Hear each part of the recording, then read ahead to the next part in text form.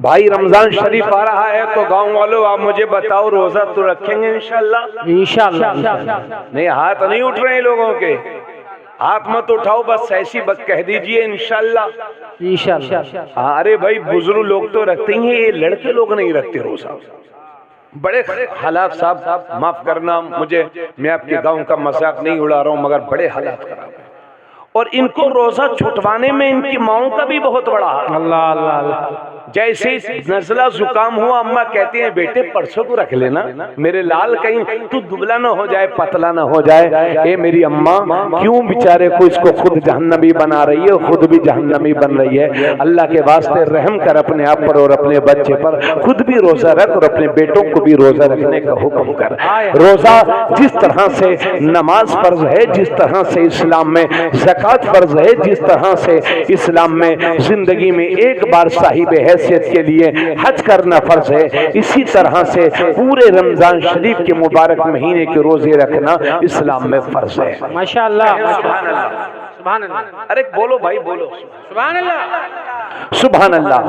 اور ان کی عظمت کا حال یہ تھا کہ جب چونکہ بچپن ہی سے جس بچے کا یہ عالم ہو، جب وہ بچہ پڑھنے کے لائق ہو گیا تو استاذ ان کی ماں ان کو مدرسے لے کر کے گئی، تقریباً 5-6 برس عمر ہے، پہلا دن ہے مدرسے کا، استاذ کی بارگاہ میں پہنچے، مدرسہ پہنچے تو استاذ نے فرمایا پڑھو بیٹا بسم اللہ الرحمن الرحیم، تو سرکار غوث اعظم شروع کرتے ہیں بسم اللہ الرحمن الرحیم الحمدللہ رب العالمین الى آخری الف لام میم ذالک الکتاب لا ریب فیہ الى آخری سیقول السفہاء من الناس ما ولاهم عن قبلتهم التي كانوا عليها الى آخری تلک الرسل فضلنا بعضهم على بعض الى آخری۔ استاذ نے صرف بسم اللہ پڑھایا اور غوث اعظم نے ایک ہی بیٹھک میں 18 پارے سنا دیے، تو استاذ مسکرا کے بولے بیٹا عبد القادر پڑھنے آئے ہو کہ پڑھانے آئے ہو، کلاس لینے آئے ہو کہ کلاس دینے آئے ہو، سیکھنے آئے ہو کہ سکھانے آئے ہو؟ بیٹا عبد القادر یہ 18 پارے تم کو کہاں سے یاد ہو گئے؟ تو ہم سب کے غوث فرماتے ہیں استاذ محترم معاملہ یہ ہے کہ میری ماں 18 پاروں کی حافظہ ہے، اور جب میں اپنی ماں کے پیٹ میں تھا تو میری ماں کام بھی کرتی تھی اور قرآن کی تلاوت بھی کرتی تھی، اور عبد القادر اسے یاد کرتا چلا جاتا۔ نعرہ تکبیر، نعرہ رسالت، مشرق اعلیٰ حضرت خطیب ہند و نیپال، خطیب ہند و نیپال، خطیب ہند و نیپال، شیر وزنیہ مفتی تبریز عالم صاحب قبلہ رامپوری زندہ باد۔ کیا کہنے، کیا کہنے، واہ واہ واہ، بہت عمدہ، بہت واہ واہ واہ، سبحان اللہ، کیا تھوڑا سا ایکو کم کرو، ایکو کم کرو، آواز صاف کرو، کم کرو، جھنکار دے دو ہلکی۔ حضرات گرامی بس ٹھیک ہے، تو یہ ہے ہمارے غوث، کیا بات، بہت اچھا ٹھیک ہے، یہ ہے ہمارے غوث جو پیدا ہوتے ہی 18 پارے سنا رہے ہیں، پہلے دن مدرسہ گئے ہیں 18 پارے سنا رہے ہیں۔ سنا کیوں رہے ہیں؟ کیونکہ ماں 18 پاروں کی حافظہ تھی، اور جب میرے غوث ماں کی پیٹ میں تھے تو میرے غوث کی ماں قرآن کی تلاوت بھی کرتی تھی اور عبد القادر اسے یاد کرتے ہوئے۔ سبحان اللہ، کیا کہنے، کیا بات۔ غور کریں آج کی مائیں، یہ فکر کا لمحہ ہے آج کی ماؤں کے لیے جو گانے گا گا کر کے بچوں کی پرورش کرتی ہیں، گالیاں بک بک کے بچوں کو دودھ پلاتی ہیں، پورے دن دوسروں کی غیبت کرتے کرتے گھر میں لڑائی کراتے کراتے دوسرے بچوں کی پرورش کرتے ہیں۔ کہاں سے ہمارے گھر میں غلام غوث اعظم پیدا ہوں گے؟ حرام لقمے کھلائے جائیں گے اور عورتیں بے پردہ گھومیں گی تو یاد رکھے تمہارے گھر میں کبھی کوئی ولی نہیں پیدا ہو سکتا۔ حضرات گرامی اب ذرا آئیے اور آگے بڑھیں، یہی ایک بات میں آپ سے یہ بھی کہہ رہا ہوں، یہ ہمارے جلسے میں ماں بہنیں آئی ہیں، یہ بھی سنیں کہ جب وہ غوث اعظم پہلے دن گئے تھے تو 18 پارے سنائے تھے، بتایا میری ماں 18 پاروں کی حافظہ ہے۔ کون تھی غوث پاک کی ماں؟ سنا ہے کبھی ان کے بارے میں آپ نے؟ حضرات وہی غوث اعظم کی ماں ہے۔ توجہ چاہوں گا، غوث پاک کے والد سید ابو صالح موسیٰ جنگی دوست روزے سے ہیں، دریائے دجلہ سے گزر رہے تھے کہ دریا میں بہتا ہوا ایک سیب آیا، بڑا مشہور واقعہ ہے۔ واقعہ دہرانا مقصد نہیں ہے، کچھ بات کرنا مقصد ہے۔ دریا میں بہتے ہوا ایک سیب آیا، اٹھا کر کے کھا لیا، کھا تو لیا، لیکن کھانے کے بعد سوچنے لگے کہ مالک کی اجازت کے بغیر کھایا ہے، خدا کو حساب کیا دوں گا؟ تو یہ غوث اعظم کے والد کا تقویٰ ہے کہ ایک سیب اٹھا کر کے مالک کی اجازت کے بغیر کھا گئے تو خوف خدا سے لرز اٹھے کہ خدا کو جواب کیا دوں گا؟ یہاں پوری زندگی دوسروں کے کھیتوں کے گنے کھاتے کھاتے گزر گئی، کیا حساب دو گے؟ پوری کی پوری ہنڈیاں دوسروں کی لوگ ہڑپ کر گئے اور انہوں نے ڈکار بھی نہیں لی، کیا حساب دیں گے خدا کی بارگاہ میں؟ وہ دریا میں بہتا ہوا ایک سیب آیا، اٹھا کر کے کھا لیا، لیکن خوف الہی سے لرز گئے اور مخالف سمت چلتے رہے دریا کے۔ چلو ایسا کرتے ہیں، جو باغ کے مالک ہیں ان سے معاف کرا لیتے ہیں۔ غور سے سنیے گا، انشاءاللہ آپ کو میں دل لگا کر کے تقریر کروں گا، بس آپ سنتے رہیے تھوڑی دیر۔ دریا کے مخالف سمت چلتے رہے، میلوں چلنے کے بعد ایک سیب کا باغ نظر آیا جس کا ایک درخت دریا کے کنارے پر لگا ہوا تھا اور اس کی ٹہنیاں دریا میں جھکی ہوئی تھی۔ آپ نے اندازہ لگا لیا یہ سیب یہیں اسی ٹہنی اسی شاخ سے ٹوٹ کر کے گیا ہوگا۔ پتہ کیا باغ کس کا ہے، پتہ چلا سید عبداللہ صومعی کا ہے۔ پہنچ گئے، کہا حضور ایسا لگتا ہے کہ آپ کے باغ کے پیڑ کی شاخ سے ٹوٹ کر کے ایک سیب دریا میں گرا اور میں نے آپ کی اجازت کے بغیر کھا لیا ہے، حضور معاف کر دیجئے۔ تو چور چور کو پہچانتا ہے، ڈاکو ڈاکو کو پہچانتا ہے، نشیلی نشیلی کو پہچانتا ہے، تو ولی ولی کو نہیں پہچانے گا؟ کیا کہنے؟ اندازہ کر لیا کہ جس نوجوان کے نوجوانی کے تقوی کا یہ حال ہے، اس کے بڑھاپے میں تقوی کا عالم کیا ہوگا؟ کہا لڑکا تو بہت اچھا ہے، اللہ والا ہے، کہا نوجوان ٹھیک ہے معاف کر دوں گا، مگر ہماری ایک شرط ہے۔ کیا شرط ہے حضور؟ شرط یہ ہے کہ 12 سال تک ہمارے باغ کی رکھوالی کرو گے۔ کہا حضور اس کے بغیر معافی نہیں؟ کہا نہیں۔ الحمدللہ کہیے الحمدللہ۔ جب چھینک آیا کرے تو کہا کرو الحمدللہ، ہے نا؟ جو سنا کرے اس پر واجب ہے وہ کہے یرحمک اللہ۔ کیا یہ واجب ہے؟ ہاں، بعض لوگ چھینکتے ہیں اور کچھ بولتے نہیں۔ جب چھینک آیا کرے الحمدللہ بولا کرو، اور پھر جو سامنے سن رہے ہوں وہ یہدیکم اللہ و یصلح بالکم بولا کریں، نہیں وہ جو چھینکنے والا الحمدللہ کہے، سامنے والا یرحمک اللہ کہے، پھر چھینکنے والا دوبارہ جواب دے یہدیکم اللہ و یصلح بالکم، یعنی اللہ تعالیٰ تمہیں ہدایت دے اور تمہارے حال کو بہتر فرمائے۔ یہ ہے نا؟ تو الحمدللہ چھینکنے پر جو کہتا ہے چھینکنے والا تو سامنے والے کو یرحمک اللہ کہنا واجب ہو جاتا ہے۔ اس کو اپنی عادت میں ڈالو، یہ واجب ہے نا؟ وہ والے مت بنو کہ صبح صبح چھینک آ گئی، اوہ ہمارا آج کا پورا دن خراب ہو گیا۔ آج کل ایسے زیادہ ہیں لوگ، ہاں جیسے چھینک آئی لو یار صبح صبح چھینک آ گئی۔ ہمیں چھینک کوئی بری چیز ہے؟ اگر چھینک نہ آئے تو آدمی بیمار ہو جائے صاحب۔ کیا بات ہے، کیا بات ہے؟ ہاں پوچھو، کوئی بات سنو تھوڑی دیر تک پوری توجہ کے ساتھ۔ تو یہ عقیدے میں کمزوری ہے، صبح صبح دکان کھول رہے ہیں، چھینک آ گئی تو بس اس دن دکان ہی بند کر دی، آج کسٹمر نہیں آئیں گے، آج کا دن ہمارے لیے برا ہو گیا۔ ایسے ہی ہاں، ایسے بہت سارے لوگ جب کار لے کے جاتے ہیں، موٹر سائیکل سے جاتے ہیں، اگر راستے میں بلی موٹر سائیکل سے یا کار سے آگے گزر گئی، بس یہ عبداللہ بیچارہ کھڑا ہے، یہ عبد الرحمن میاں کھڑے ہوئے، میاں بھائی کیوں؟ پہلے کوئی دوسرا گزرے تب ہم گزریں گے۔ اما چھوٹی سی بلی سے ڈر گئے،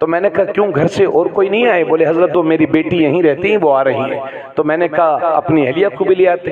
تو کہنے لگے حضرت میں نے سوچا پہلی بار آئے ہیں تو ہم خاموشی سے دیکھ کر چلے جائیں، بات بنے گی، وہ بھی بن جائے گی بات، تو پھر آنا جانا ہم کر لیں گے، فی الحال ہماری بیٹی وہ دیکھ لے گی جو بٹیا کو، اور ہم وہاں بیٹھ جائیں گے۔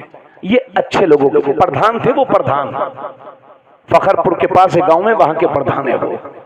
صبح آئے میرے پاس، مجھے بڑی خوشی محسوس ہوئی۔ اللہ کا شکر ہے، لوگوں کے لیے آسانیاں پیدا کرو۔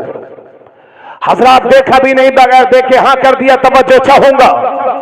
نکاح ہوا اور پہلے دن جب نکاح کے بعد پہلی بار اپنی بیوی کے کمرے میں گئے، سلام کرتے ہیں السلام علیکم ورحمت اللہ وبرکاتہ، پلٹ کے جواب ملتا ہے وعلیکم السلام ورحمت اللہ وبرکاتہ۔